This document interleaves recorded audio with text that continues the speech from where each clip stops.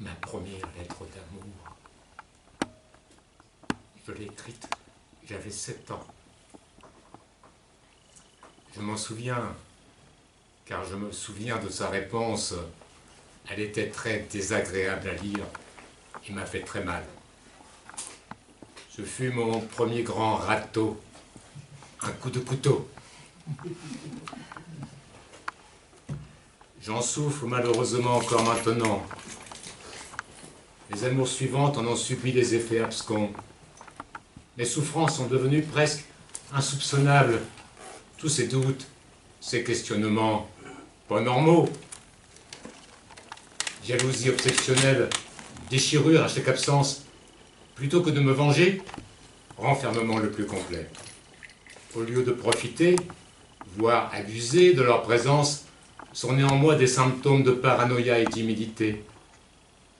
Il m'a fallu une période de célibat tellement intense, sans même d'autojouissance, de quoi tenir en moi en éveil le possible espoir d'un jour retrouver dans l'existence le cœur que tout à chacun pense un jour trouver. Avant de réussir à être à peu près normal, en ce sens, et pouvoir à nouveau nourrir l'illusion redoutée, mais rêvée, qu'il y ait une minime, mais réelle et possible chance de trouver par hasard un être qui m'aura fait patienter.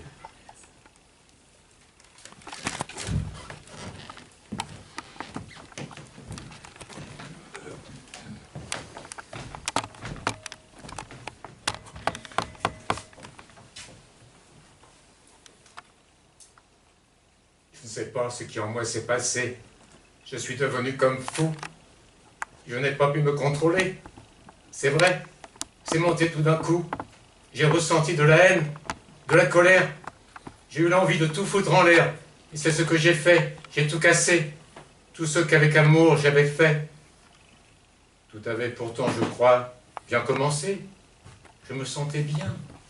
Si bien. Ça faisait presque 3 années que ça durait.